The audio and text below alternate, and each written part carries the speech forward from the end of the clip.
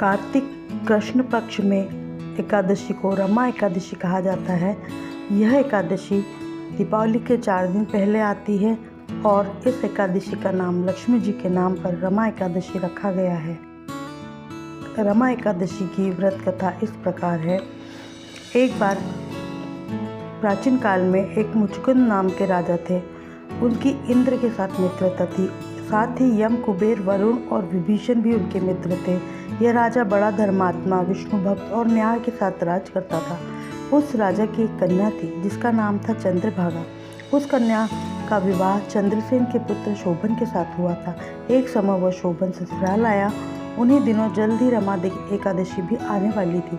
जब व्रत का दिन समीप आया तो चंद्रभागा के मन में अत्यंत सोच उत्पन्न हुआ कि मेरे पति अत्यंत दुर्बल है और मेरे पिता की आज्ञा अति कठोर है। दशमी को राजा ने ढोल बजाकर सारे राज्य में घोषणा करवा दी कि एकादशी को भोजन नहीं करना चाहिए। ढोल की घोषणा सुनते ही शोभन को अत्यंत चिंता हुई और पत्नी से कहा, हे प्रिय, अब क्या करना चाहिए? मैं किसी प्रकार भी भूखा नहीं रह सकता।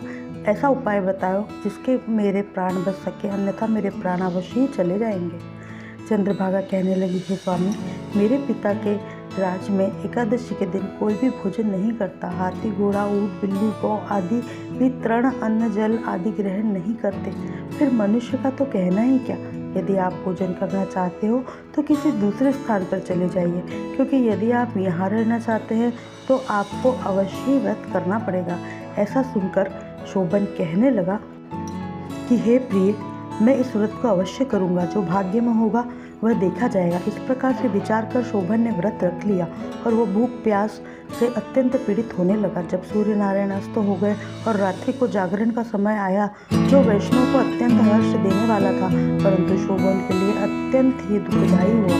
प्रातःकाल होते ही शोभन के प्राण निकल गए। तब राजा ने सुगंधित काष्ठ से उसका दाह संस्कार करवाया, परंतु चंद्रभागा ने अपने पिता की आज्ञा से अपने शरीर को दग्ध नहीं किया और शोभन की अंत्येष्टि क्रिया के बाद अपने पिता के घर में ही रहने लगी।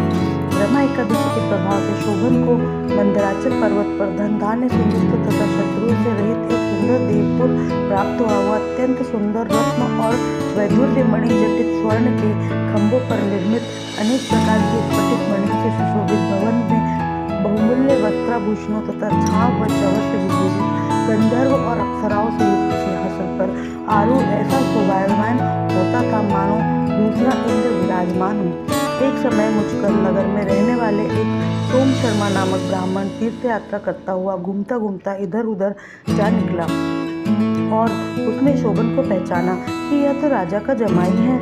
इसके निकट गया।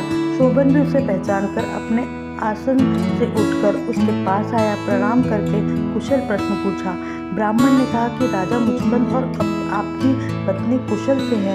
नगर में सब प्रकार के कुशल हैं, परंतु हे राजन, हमें आश्चर्य हो रहा है। आप अपना वृत्तांत कहिए कि ऐसा सुंदर नगर जो कभी न देखा न सुना आपको कैसे प्राप्त होगा। तभी शोभन बोला कि कार्तिक कृष्ण की रमा एकादशी का व्रत करने से मुझे नगर प्राप्त हुआ, परंतु यह अस्थिर है। यह स्थिर हो जाए ऐसा उपाय कीजिए। ब्राह्मण कहने लगा, हे राजन, यह स्थिर क्यों नहीं है और कैसे स्थिर हो सकता है, आप बताइए, फिर मैं अश्वमेध वह उपाय जरूर करूँगा। मेरी इस बात को आप मिथ्या न समझिए। शोभन ने कहा कि मैंने स्वयं को श्रद्धा रहित होकर किया था, अब यह कुछ अस्थिर है। यदि आप मुचकुंद की कन्या चंद्रभागा को यह सब वृत्तांत कहे तो यह स्थिर हो सकता है। ऐसा सुनकर उस श्रेष्ठ ब्राह्मण ने नगर लौटकर चंद्रभागा से यह वृत्तांत सुनाया। ब्राह्मण के वचन सुनकर चंद्रभागा बड़ी प्रसन्नता से ब्राह्मण से कहने लगी कि हे ब्राह्मण, ये सब बातें आपने प्रत्यक्ष देखी है या स्वप्न की बातें कर रहे हैं? ब्राह्मण कहने लगा, हे पुत्री, मैंने महावन में तुम्हारे पति को प्रत्यक्ष देखा है। साथ ही किसी से विजय न हो ऐसा देवताओं के नगर के समान उनका नगर भी देखा है।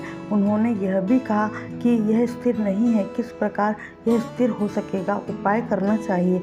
चंद्रभागा कहने लगी, तुम मुझे वहाँ ले चलो।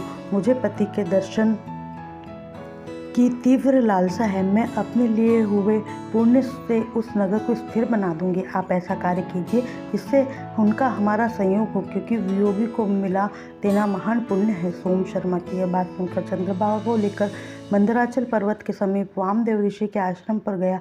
वामदेव जी ने सारी बात सुनकर वेद मंत्रों से उच्चारण से चंद्रभागा का अभिषेक कर दिया। तब ऋषि के मंत्र के प्रभाव और एकादशी व्रत के चंद्रभागा का शरीर दिव्य हो गया और वह दिव्य गति को प्राप्त हो गई।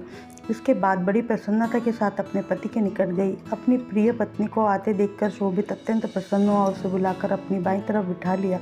चंद्रभागा कहने लगी, आप मेरे पुण्य को ग्रहण कीजिए। अपने पिता के घर में जब 8 वर्ष की थी तभी से विधिपूर्वक एकादशी के व्रत को श्रद्धापूर्वक करती आ रही थी। इस पुण्य के प्रताप से आपका नगर स्थित हो जाएगा, समस्त कर्मों से युक्त होकर प्रलय के अंत तक रहेगा। इस प्रकार चंद्रभागा ने दिव्य आभूषणों और वस्त्रों से सुसज्जित होकर अपने पति के साथ आनंद पूर्वक रहने लगी। हे राजन, यह मैंने रमा एकादशी का महात्म्य सुनाया। मनुष्य इस व्रत को कहते हैं, उनके ब्रह्म हत्यादि समस्त पाप नष्ट हो जाते हैं।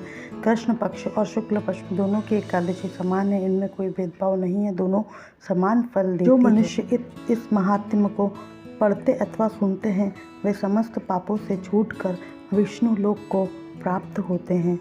धन्यवाद।